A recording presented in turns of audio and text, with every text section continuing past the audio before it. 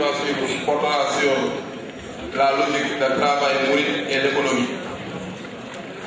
Thème qui n'a pas été choisi à la légère, car le hasard du calendrier a voulu que ce 114e anniversaire du départ en exil de Cheikh Ahmadou Bamba coïncide avec une période de crise financière mondiale traduisant l'inefficacité des systèmes économiques en vigueur.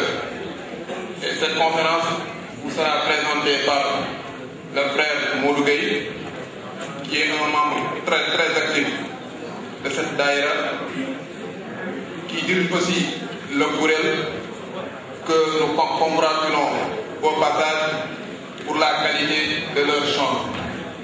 Donc, sans plus tarder, je vais léguer la parole à Serigne Modou pour commencer son exposé. Bismillahirrahmanirrahim. Alhamdulillahi rabbil alamin. Honorables invités, mesdames, mesdemoiselles, messieurs, bonsoir.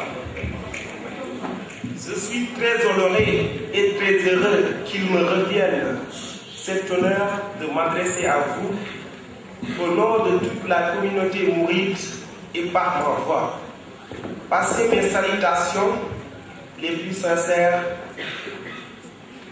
Avant tout, j'ai l'honneur de vous remercier pour votre présence à la célébration du 114e édition du Grand Magal de Touba, marquant le départ en exil de Cheikh Ahmadou Bamba Mbacké, qui a été banni pendant plus de 8 ans par les colonisateurs français.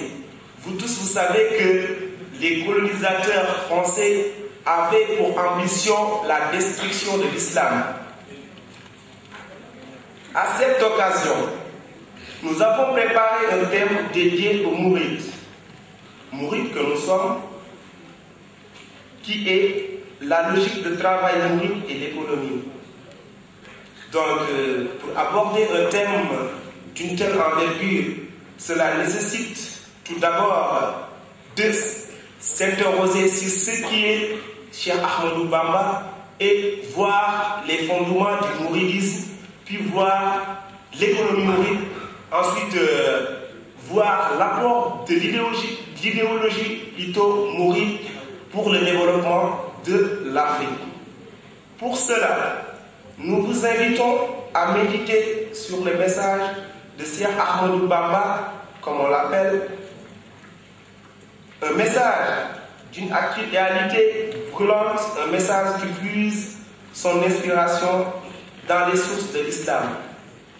Je vais commencer à prime abord par vous rappeler le contexte dans lequel l'homme noir était avant l'arrivée de Cheikh Ahmadou Bamba. Cheikh Ahmadou Bamba est arrivé dans une période où une partie de l'humanité, identifiable par la couleur, avait besoin d'autre chose pour relever la tête, c'est-à-dire les Noirs. Le Noir était, dans certaines sociétés d'Afrique et d'ailleurs, colonisé et se croyait inférieur, c'est-à-dire qu'il n'était pas l'égal des autres. Cheikh Ahmadou Bamba est arrivé d'une certaine manière pour une réhabilitation mentale. Cheikh Ahmadou Bamba est arrivé et il a fait qu'à la fin de son travail, cet homme, ce noir, s'est regardé et s'est dit, mais après tout, je suis comme tout le monde et je suis capable. Ça me rappelle un peu Samy David Junior qui a écrit un livre en anglais, Yes I Can. Oui, je peux. Il a participé à la réhabilitation de la condition des Noirs à côté de Malcolm X et de Martin Luther King et a résumé son combat par je peux, je suis capable. Si quelqu'un l'a fait, alors je peux le faire. C'est un peu sans l'écrire de cette manière que Cheikh Ahmadou Bamba a transformé la mentalité du noir en lui faisant croire qu'il était capable. Il a créé une mentalité, la personne se regarde dans le miroir et change d'avis, d'opinion sur elle-même. elle prend compte de son intelligence et de ses capacités. Donc par là, nous avons un cher Ahmadou Bamba civilisateur à travers l'islam. Il a utilisé l'islam pour ramener tout un peuple perdu et éperdu à se respecter, à reprendre conscience de la dimension de son importance. Et dans un contexte, vous le savez très bien, tout était contre lui. Un contexte où tout était contre Cheikh Ahmadou Bamba. Il a fondé le mouridisme à la deuxième moitié du 19e siècle, qui est une doctrine fondée sur la foi et le travail. Le travail mouride fondé sur une philosophie de l'action et qu'il considère comme un élément fondamental pour un changement de la situation environnementale et mentale pour ceux qui s'impliquent. Donc, avant de voir les fondements du mouridisme, on va voir l'étymologie du mot mouride qui pour certains vient du verbe arabe irada, puis de meurtre qui signifie vouloir, aspirer. Donc le mouridisme ou mouridila veut dire ceux qui vont vers Dieu, ceux qui doivent travailler à aller vers Dieu.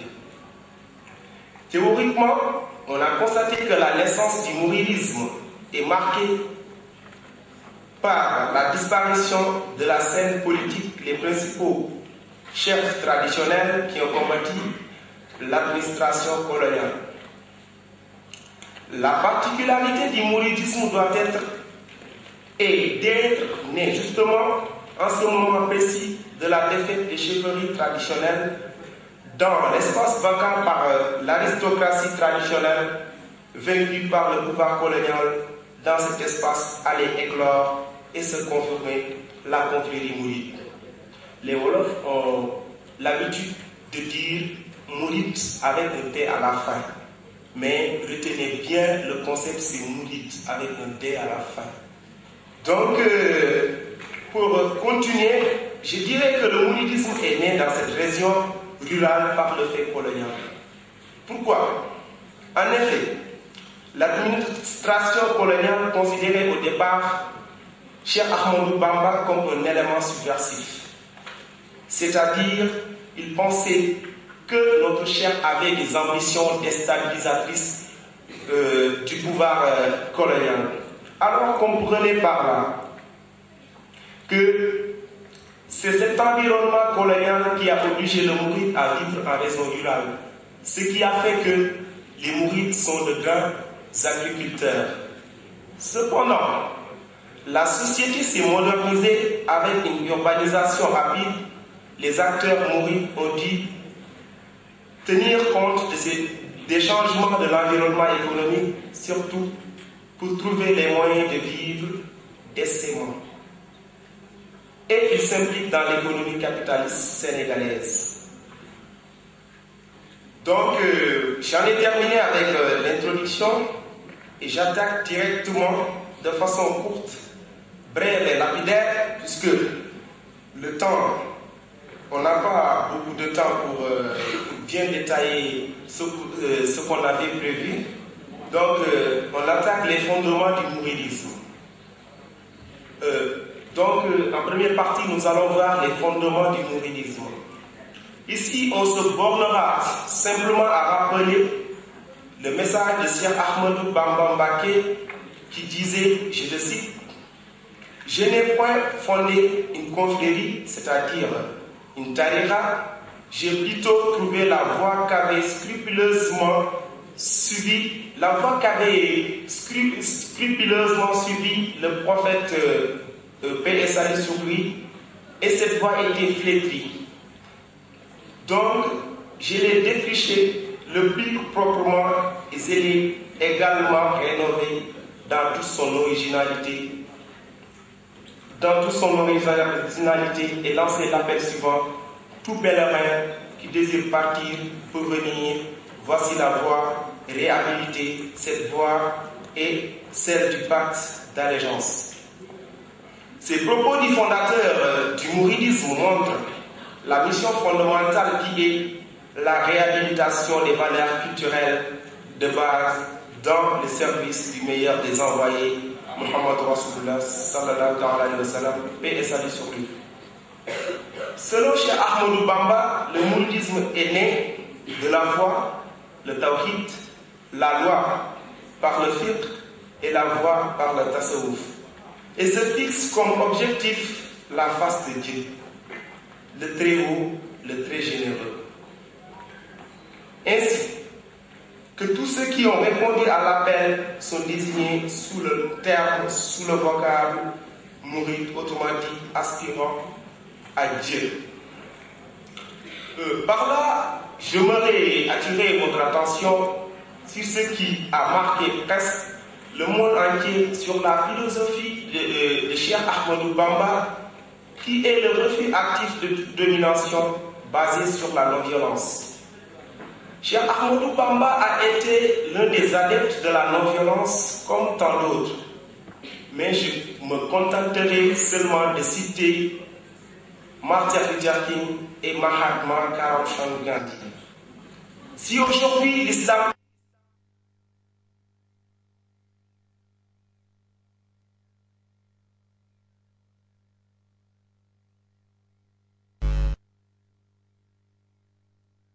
et suivre Cheikh Ahmadou Bamba comme exemple, c'est pas parce que quelqu'un m'a giflé que je vais en retour lui donner une gifle. Non. Cheikh Ahmadou Bamba, c'était quelqu'un qui avait fait la différence entre le mal et le porteur du mal. Donc, par là, la définition la plus éloquente de la non-violence nous a été donnée par Mahatma Gandhi, qui l'a défini dans un journal hindou en 1936. Il disait que la non-violence est une loi de la race humaine supérieure à la force brute. C'est pourquoi Cheikh Ahmadou Bamba, après avoir vaincu les Français, il n'a pas fait comme Jésus l'a fait. Jésus-Christ sur la croix a dit à Dieu pardonne-les.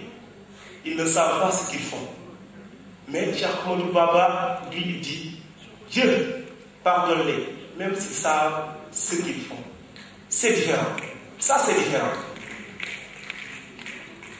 Donc, c'est en fait cela le fond de... Je viens d'achever la première partie qui était les fondements du mouridisme. Par là, j'attaque directement l'économie mouride. Il est important de remarquer que l'essentiel des leviers de l'économie informelle au Sénégal est entre les mains des mourides. Ça paraît un peu bizarre que l'économie informelle est entre les mains des mourides. Mais vous savez tous que une économie, pour décoller, a besoin de cette économie informelle. Donc, et vous savez que cette forme d'accumulation primitive du capital est nécessaire au décollage d'une économie, quelle qu'elle soit, et aurait à se réaliser s'il n'y avait pas effectivement des hommes d'affaires mus par un idéal, mais également surtout une foi religieuse et la conviction d'appartenir à une communauté. On le comprendra quand on verra son mode d'organisation, c'est-à-dire le mode d'organisation mouride. On va le voir par la suite. Cette réussite du mouridisme est à la fois un esprit et une organisation. Actuellement, tout le monde est au courant de la réussite du mouridisme. Mais par là, on va voir l'économie mouride. Qu'est-ce qui fait le fondement de l'économie mouride? Qu'est-ce qui est à la base de cette économie? L'esprit, on a dit que cette économie est fondée sur l'esprit et l'organisation. Ce qui est absent dans l'économie classique, surtout comme nous l'avons étudié à l'université, c'est cet esprit qu'ont les mourides. L'esprit découle naturellement de cet acte que, selon un écrivain sénégalais qui a écrit un livre sur le mouridisme, Cheikh Tidiane Sy, je le cite, comme le prophète Mohammed, Cheikh Ahmadou Bamba a voulu se considérer